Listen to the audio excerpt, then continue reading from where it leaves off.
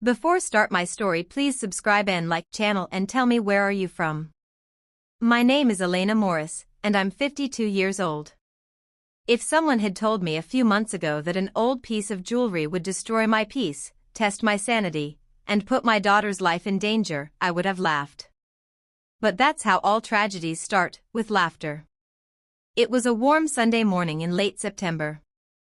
The sunlight streamed through the living room window, painting golden streaks across the dust on our family photographs. I was getting ready for my daughter Sophie's art exhibition at her university, her first big event, something she'd been working on for months. I wanted to look presentable but not flashy. I chose a simple emerald green dress and reached for a small black velvet box from my dresser. Inside it lay my grandmother's old necklace, a delicate gold chain with an oval pendant that had lost most of its shine. The tiny stone in the center, once bright red, had dulled into a deep, muddy hue over the years. It wasn't beautiful by today's standards. But it carried stories, my grandmother's hands, her perfume, her voice when she'd told me, "Never sell this, Elena. It's more precious than you think." As I fastened it around my neck, Sophie walked in, balancing a makeup brush in one hand and her phone in the other. "Mom, what are you wearing?" she asked, eyebrows raised. "My dress?"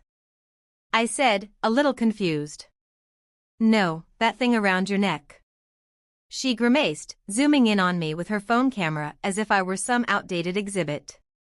"That necklace looks ancient. Like something from a museum basement." I frowned.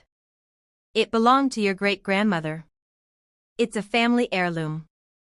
Sophie rolled her eyes. "Heirloom? Mom, it looks like something from a thrift store's reject pile. You'll ruin every picture with that." Her words cut deeper than I expected. She was 21, blunt, brilliant, artistic, and sometimes painfully insensitive. Still, I didn't want to argue before her big day. I unclasped the necklace and placed it back into its box, shutting the lid slowly. "Happy now?" I said quietly. She gave a satisfied nod and turned back to the mirror. "You'll thank me when you see the photos." We drove to her exhibition in silence. The event itself was lovely, her paintings, mostly abstract and emotional, filled the gallery walls. People praised her talent, her courage, her style. I stood in a corner, smiling, clapping, pretending I wasn't hurt by her earlier comment. But that night, when I got home, I couldn't sleep. Something about the necklace wouldn't leave my mind.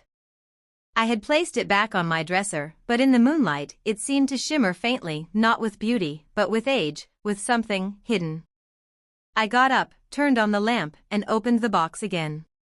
The pendant glinted dully, and I noticed, for the first time in years, a faint line near the clasp. A hairline crack. I touched it gently, and the pendant shifted slightly, revealing a tiny engraving I'd never seen before. It was hard to read at first, but after a moment, I made it out. EM 1914. My heart skipped. EM, those were my initials. But 1914? That couldn't be right. My grandmother was born in 1920. Curious now, I brought the necklace under better light. There was another marking on the side, a small crown etched into the gold, and below it, the number 12. A strange chill ran through me. I had never noticed those details before, and my grandmother, secretive as she was, had never explained where the necklace came from. She'd only said it was passed down from a woman who had survived a war. I closed the box again, heart pounding slightly. It was ridiculous to be scared of an old necklace. Still, I couldn't shake the feeling that I'd just uncovered something meant to stay hidden. The next morning, I decided to take it to a jewelry appraiser in town. I found one online, Harper & Sons Fine Valuations, a small place tucked between a tailor and a bookstore downtown. When I called, an older-sounding man answered. "Harper's Jewelry, how may I help you?" "Hi," I said. "I have a vintage piece, a gold pendant with a red stone. I'd like to have it appraised." He asked a few questions, but when I described the engraving, the crown and the date, there was a long pause. Ma'am, he said finally, his tone suddenly cautious, could you bring it in tomorrow morning? 10 o'clock? Of course. Good. And, he hesitated. Please don't show it to anyone else until I've seen it. Not even family. Understood? That struck me as odd. Why not? He cleared his throat. Because if it's what I think it is, you might be sitting on something far more valuable than gold. My hand trembled slightly as I hung up. I looked at the closed box on my dresser, the same one my daughter had mocked hours earlier. Valuable? That didn't make sense. My grandmother had lived her entire life in a small English village, barely getting by after the war. There was no way she owned anything valuable. Still, a part of me couldn't resist the pull of curiosity. What if the man was right? What if that dull old pendant was something rare, something lost, forgotten, waiting to be discovered? That night, I dreamed of my grandmother's voice again, soft and distant. Never sell it, Elena. Never let anyone take it from you. When I woke up, the room felt unusually cold. I got up to check the box. The necklace was still there. Or so I thought. Because when I looked closer, I noticed something that made my stomach twist. The clasp, which had been slightly cracked before, was now completely broken. The chain had been moved. Someone had touched it. The moment I saw that the clasp was broken, my breath caught in my throat. It hadn't been like that last night. I was certain. I checked the box again, half expecting to find something missing, but the pendant was still there, heavy and cold in my hand. I ran my fingers along the faint engraving, EM 1914, and the tiny crown symbol beneath it. The marks looked older now, somehow more defined, as though the metal itself wanted to be noticed. I placed the necklace carefully back inside the box and locked it in my dresser drawer before heading downstairs. But the uneasy feeling stayed with me all morning, a quiet, pulsing dread I couldn't name. At exactly 9:30 a.m., I grabbed my purse and the box and left for Harper & Sons. The jewelry shop was tucked away on an old cobblestone street downtown, the kind of place most people walked past without noticing. Its windows were fogged, the gold lettering on the glass fading with age. A small bell chimed when I entered. The air smelled faintly of metal polish and dust. Behind the counter stood an elderly man with sharp gray eyes and hands that looked as though they'd spent decades handling fragile things. "You must be Mrs. Morris," he said softly. "I'm Edward Harper. You called yesterday." "Yes." I handed him the box, feeling an odd sense of hesitation as I let go of it. He opened it gently. The moment his eyes fell on the necklace, his expression changed. He didn't say anything for several seconds, just adjusted his glasses and examined the pendant under a magnifying lamp. When he finally spoke, his voice was different. Quieter. "Where did you get this?"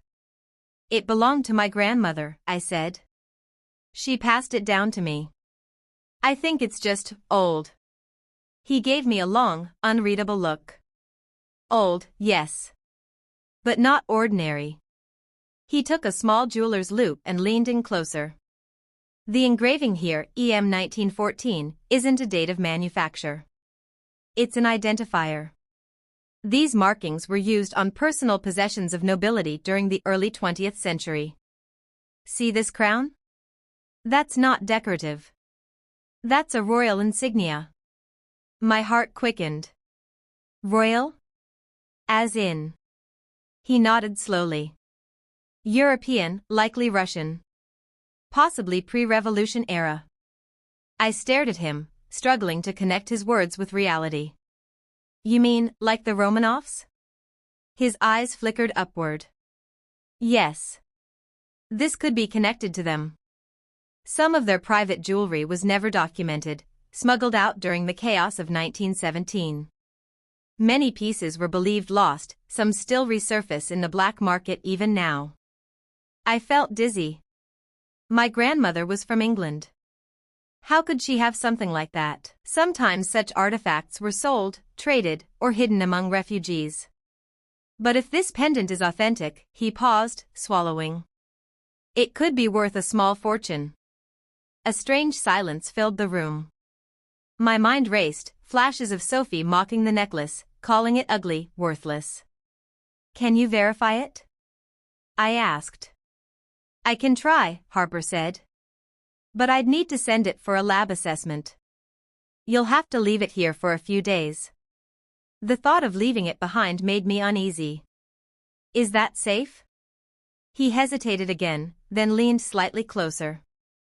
Mrs. Morris, between us, I've had men inquire about pieces like this before. They always come quietly, with cash offers and no questions. If you found this by chance, you may not be the only one who knows it exists. I frowned. What are you saying? I'm saying, be careful. And don't tell anyone, especially not online. Information travels faster than you think. His words followed me out of the shop like a shadow. By the time I got home, it was nearly noon. Sophie was in the kitchen, scrolling through her phone and munching on cereal. Where'd you go so early? She asked without looking up. Just errands, I said carefully. Had to get something checked. She grinned. Was it that ugly necklace again? Her tone was teasing, but something about the way she said it made me pause. Why do you keep calling it that? She shrugged. Because it is. Anyway, relax, I put it in my room last night. Thought you wouldn't mind. My blood froze. What? In my drawer. You left it on your dresser, so Sophie, it wasn't on my dresser. I snapped, louder than I intended. I locked it away. She blinked, startled. Okay, chill. Maybe I'm remembering wrong. But my pulse was pounding. Someone had touched the necklace last night, I'd felt it. Now she was saying she'd moved it when she hadn't? Something wasn't right. I brushed past her and ran upstairs, unlocking my dresser. The velvet box was exactly where I'd left it, but when I opened it, the pendant was missing. The chain was still inside, broken, coiled like a dead snake. But the pendant itself, the part with the stone and the engraving, was gone. I felt my knees weaken. Sophie! I shouted. She came running, confused. What? What's wrong? It's gone, I said hoarsely. The pendant. Did you take it? No. I swear, I didn't even touch it. Her eyes were wide and honest, or terrified. I couldn't tell. We searched the entire room, every corner, every drawer. Nothing. Then Sophie's phone buzzed on the nightstand. She picked it up, frowned, and showed it to me. It was a text from an unknown number. Nice necklace. You shouldn't have shown it to anyone. We both stared at the screen in silence. I felt a chill crawl down my spine. Who sent that? She shook her head. I don't know. No contact name. Just this message. I looked at her, my voice trembling. Did you post a photo of it? Online? She hesitated just long enough to make me feel sick. Maybe. I mean, I put it on for a second and took a selfie. It was for my art project, I didn't think it mattered. Sophie. I whispered harshly. Do you realize what you've done? She looked genuinely scared now. It was just one picture. I deleted it right after. But the damage was done. Someone, somewhere, had seen it. And somehow, they already knew where we were. That night, I couldn't sleep again. Every sound in the house felt amplified, every creak of the wood, every passing car outside. Around 2 a.m., I heard footsteps in the hallway. I sat up, holding my breath. Sophie? I whispered. No answer. Then, a faint click, as if a door at the end of the hall had closed. I got up, heart pounding, and crept towards Sophie's room. The door was slightly open. I pushed it gently, the room was empty. Her window was open, curtains fluttering. And on her bed, lying neatly in the center, was the missing pendant. But now, the red stone in the middle was glowing, faintly, like a pulse. The red glow pulsed faintly in the dark room, illuminating the edges of Sophie's empty bed. For a few moments, I couldn't breathe. My mind tried to explain what I was seeing. Maybe it was a reflection from her phone, or a trick of my tired eyes. But as I stepped closer, I realized it wasn't an illusion.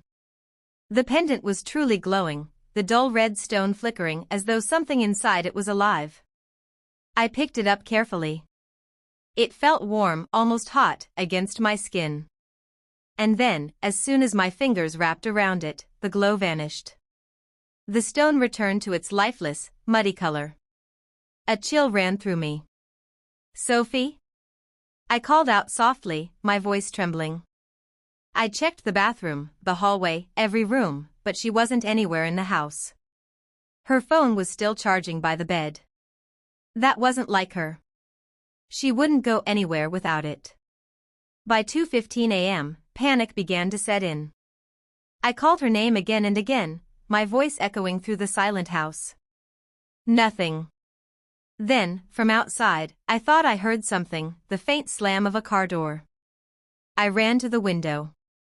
A dark vehicle, maybe black or navy blue, was pulling away from the curb across the street.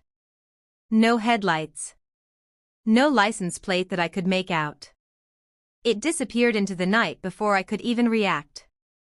I dialed her number immediately, but the call went straight to voicemail. My heart pounded as I left a trembling message. "Sophie, it's Mom. Where are you? Please call me back. Please." Minutes turned into hours. I called her friends, her roommate, even her boyfriend. None of them had seen or heard from her since the evening before. By dawn, I was pacing the living room, clutching the pendant like a lifeline. Its weight felt unbearable. The police arrived around 7 a.m., 2 officers, young and polite but clearly skeptical. "She's an adult, ma'am," one of them said after I'd told them everything. "Sometimes college kids go off with friends, stay out late. She's never done that without telling me." I snapped. "And she wouldn't leave her phone behind." The other officer took notes quietly. "You said you found this on her bed?" He pointed at the pendant. "Yes," I said. "It was missing last night."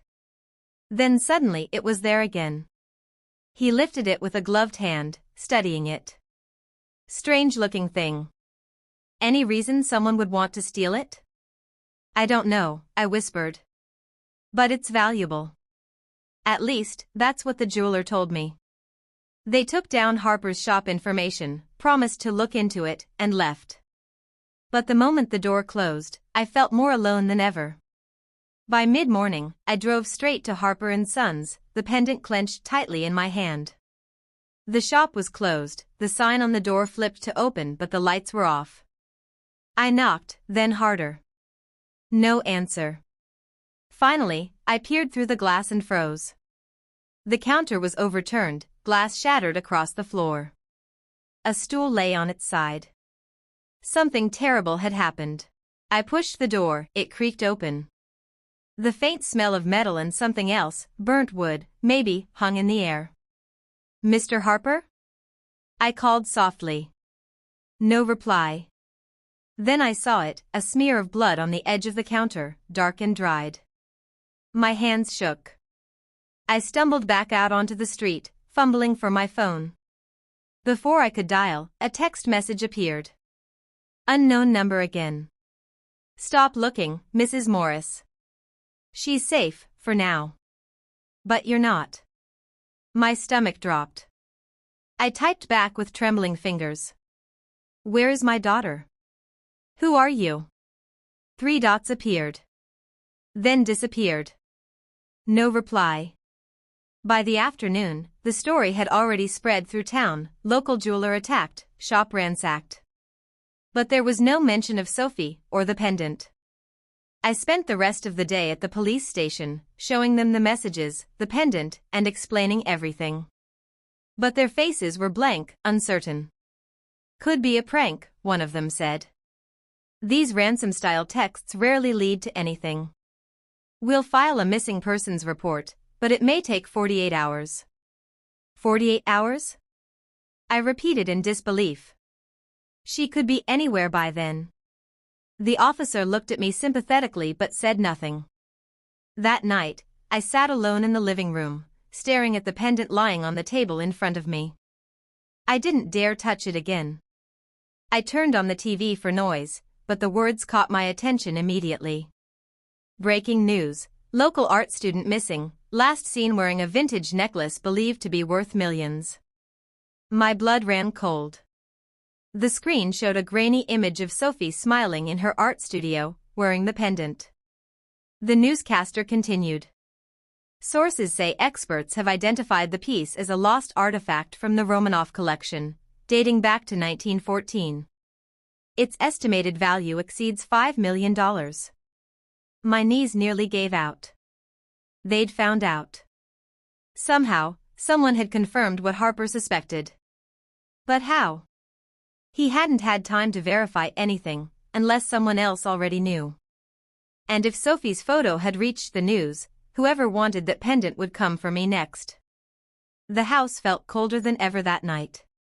I double-locked every door and window, but sleep refused to come. Around 1 a.m., my phone buzzed again.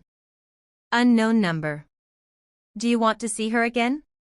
My heart pounded so hard I could barely breathe. Yes. Please. I'll do anything. Another message came instantly. Then stop talking to the police. They can't help you. You'll get instructions tomorrow. I stared at the screen, paralyzed. Then another image appeared, a blurry photo. Sophie, blindfolded, sitting on a chair in what looked like an abandoned warehouse. Her hands were tied, but she was alive. And around her neck hung the glowing red pendant. The same one sitting on my table. I looked down. The pendant was still there, cold, unmoving. But the one in the picture was lit from within, glowing. Bright crimson. I realized then that there might be more than one, or worse, that the one I had wasn't the real thing at all. The house creaked. The lights flickered. And from outside, through the darkness, I could swear I heard a voice whisper my name. Elena. The night Sophie's picture appeared on the news, everything inside me collapsed. I sat frozen, eyes fixed on the glowing screen. My daughter, blindfolded, terrified, was now a headline. Art student missing. Mysterious necklace linked to Romanov fortune. Every word felt like a blade. The reporter's voice was steady, professional, detached. Authorities believe the pendant may be part of a lost royal collection smuggled out of Russia during the Revolution of 1917. Sources say multiple collectors and international agents have been searching for it for decades. Collectors. Agents. That word agents made my stomach twist. The photo on the screen zoomed in.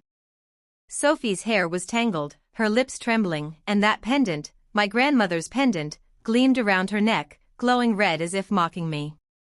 I turned off the TV, shaking. How could something so small, so seemingly meaningless, turn our lives into a nightmare? By dawn, I was sitting in my car, parked in front of the police station, waiting for them to open. The pendant was in my pocket, wrapped in a handkerchief. I didn't trust leaving it anywhere, not even at home. Inside, Officer Daniels, the same man from the day before, looked up as I entered. His eyes softened. Mrs. Morris, we were just about to call you. There's been a development. I clutched the counter. Is Sophie alive? He hesitated. We can't confirm that yet. But we did trace a vehicle near your neighborhood, a dark SUV registered to a Viktor Sokolov. Does that name mean anything to you? No. He's a known art broker and, frankly, a smuggler. Interpol has been after him for years. He deals in stolen antiques, gold, and rare artifacts. He's currently off the grid. I swallowed hard. You think he took my daughter? Daniels nodded grimly. If that pendant is what I think it is, yes. They'll use her as leverage to get it back. I reached into my pocket and placed the pendant on the desk. Then take it. Please. Just get her back. He picked it up carefully, turning it under the light. We'll send this to forensics immediately. Maybe it'll tell us something about where it came from. I wanted to believe him. But deep down, something about giving it away felt wrong, almost like betrayal. That voice in my head again, the one that sounded like my grandmother's. Never let anyone take it from you. By afternoon, the police had placed me in temporary protective custody. They said my house was compromised. I stayed in a small guest room above a bakery across town. The air smelled of cinnamon and old bricks. I couldn't eat. Couldn't rest. Every time I closed my eyes, I saw Sophie, bound, crying, and that red stone glowing like blood. At exactly 9:12 p.m., my phone buzzed. Unknown number again. You shouldn't have given it to them. My breath caught. Another message followed. You've just made it harder to save her. I stared at the screen, shaking. My first instinct was to call Officer Daniels, but then another message appeared. They don't know what they're holding. The pendant isn't gold. It's a key. A key? Before I could type a reply, the phone buzzed again, this time, a video. I hesitated, then pressed play. The camera panned across a dark room, concrete walls, dim lights. Sophie sat in a chair, eyes wide with fear. A man stood behind her, tall, broad-shouldered, his face hidden in the shadows. He spoke in a heavy accent. Mrs. Morris. You have something that belongs to me. The pendant your family has kept for generations, it is not yours. It was stolen from my people. You will return it to me, or you will never see your daughter again. The video ended abruptly. I froze, staring at the screen, tears blurring my vision. But something in the man's words stuck with me. Your family has kept it for generations. How could that be possible? My grandmother was just an ordinary English woman. She wasn't a thief. Was she? The next morning, I demanded to see the pendant again. Daniels hesitated but finally agreed to let me visit the evidence lab. A technician placed it carefully on the table. Be careful, she warned. We discovered something strange when we scanned it. Under the microscope, the pendant looked ordinary, but when she turned on a UV light, faint lines appeared across the back. Hidden script. The technician magnified it. It's Cyrillic, she said. Old Russian, early 20th century. It translates to something like, for the crown, by blood we guard the secret. Daniels frowned. What secret? The technician pointed to a small indentation near the edge of the pendant. We think it opens. But we haven't figured out how yet. I reached forward without thinking, my fingers tracing the familiar grooves. I pressed the edge, and with a faint click, the pendant split open. Inside was a folded piece of thin parchment, brittle and yellowed.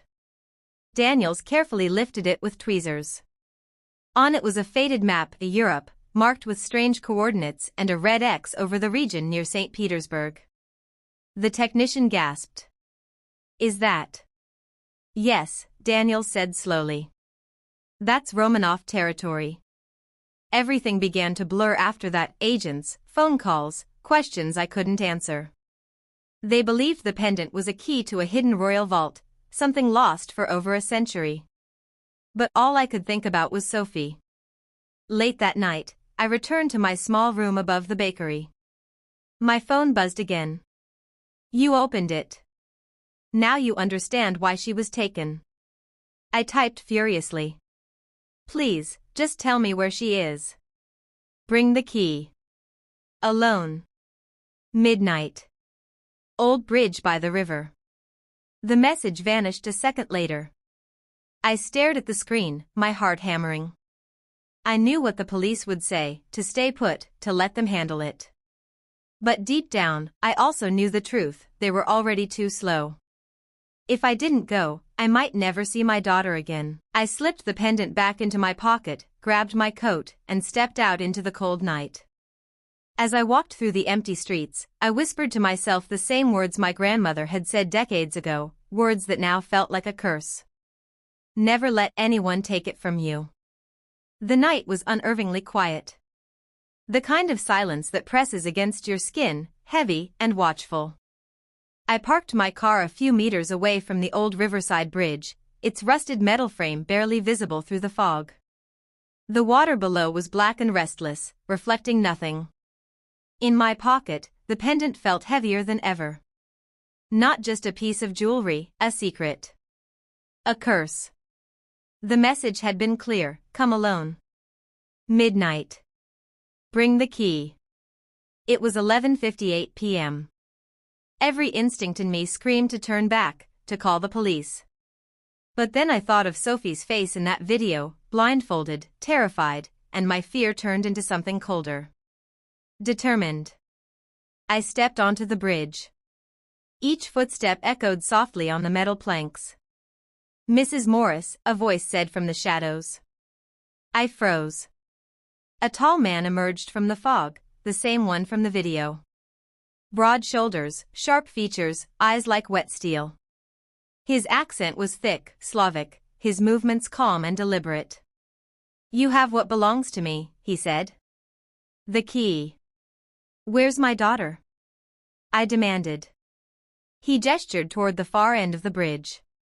A dark van was parked there. The door opened, and two men stepped out, one holding Sophie by the arm. Her face was pale, but she was alive. "Let her go first," I said, my voice shaking. "Then you can have it." He smiled faintly. "You don't make the rules, Mrs. Morris." "Bring it to me." I hesitated. My heart thundered in my chest. Slowly, I reached into my pocket and pulled out the pendant. The red stone glimmered faintly in the fog. The man's eyes followed it hungrily. "Do you know what this truly is?" I shook my head. He stepped closer. "It is the final piece of the Romanov vault, the key that unlocks their hidden treasury. Jewels, gold, documents, but more importantly, names. People who betrayed the crown." He paused, studying me. "Your family was one of them." I froze. "What?" He smiled coldly. "Your grandmother, Evelyn Morris, is born Evelina Morozova. Russian. She fled Petrograd in 1917 with this pendant, taken from a dying duchess. She thought she could hide in England, change her name, pretend to be innocent. But this," he pointed at the pendant, "is proof of her theft. For generations, you've kept it. It's time it returned home." My world tilted. I wanted to deny it, but deep down, something inside me cracked. My grandmother had always been secretive, always nervous around strangers. She'd burned letters, hidden things. And now, all of it made sense. "I don't care about any of that," I whispered. "Take it. Just let her go." He extended his hand. I walked forward slowly, gripping the pendant tightly. Sophie's eyes met mine, filled with tears and silent pleading. When I was close enough, I stopped. "You promise you'll release her?" He nodded once. "Of course." But something in his tone, too smooth, too practiced, made my gut twist. I looked down at the pendant. The faint lines of the hidden map glowed softly under the moonlight. And then I remembered the inscription: "For the crown, by blood we guard the secret." Blood.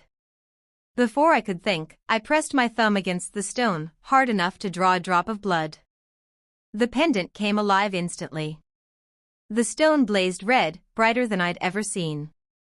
A low hum filled the air, like distant thunder. The man flinched. "What are you doing?" I didn't answer. The light grew stronger, pulsing through the cracks in the pendant. It burned in my hand, scorching hot, but I didn't let go. Sophie screamed. The men near her stumbled back, shielding their faces. And then, with a deafening crack, the pendant split open completely. a burst of crimson light exploded outward, flooding the bridge. The air trembled. For a few seconds, I couldn't see, couldn't breathe, just heat, light, and the sound of metal groaning under pressure. When it faded, the man was gone. The van was gone. Only Sophie remained, shaking, sobbing, free. I collapsed to my knees, gasping for air. The pendant lay in front of me, now nothing but a cracked shell of dull gold. The red stone had turned black. Sophie crawled toward me, wrapping her arms around my shoulders. "Mom, what just happened?" "I don't know," I whispered. "But it's over." Or so I thought. The next morning, the police found us by the bridge. They couldn't explain the damage: twisted metal, scorched marks on the ground, and faint traces of radiation that no one could account for. Officer Daniels said the men we described matched known art smugglers wanted across 3 countries. Their van was found 2 towns over, completely abandoned. No bodies. No sign of Viktor Sokolov. When I showed them what was left of the pendant, they told me to keep it. "No one's claiming it now," Daniels said with a tired smile. "Maybe it's better that way." But I could see it in his eyes, the same unease that I felt. Weeks passed. Sophie slowly returned to normal, though her laughter never sounded quite the same. Sometimes I'd catch her staring at nothing, lost in thought. One evening, she came into my room holding something. "Mom," she said softly. "Look." In her palm lay a small shard of the pendant's blackened stone. "I found it under the car seat," she said. "It's glowing again." I stared. She was right, faintly, from deep inside, a thin red pulse throbbed once, twice, then faded.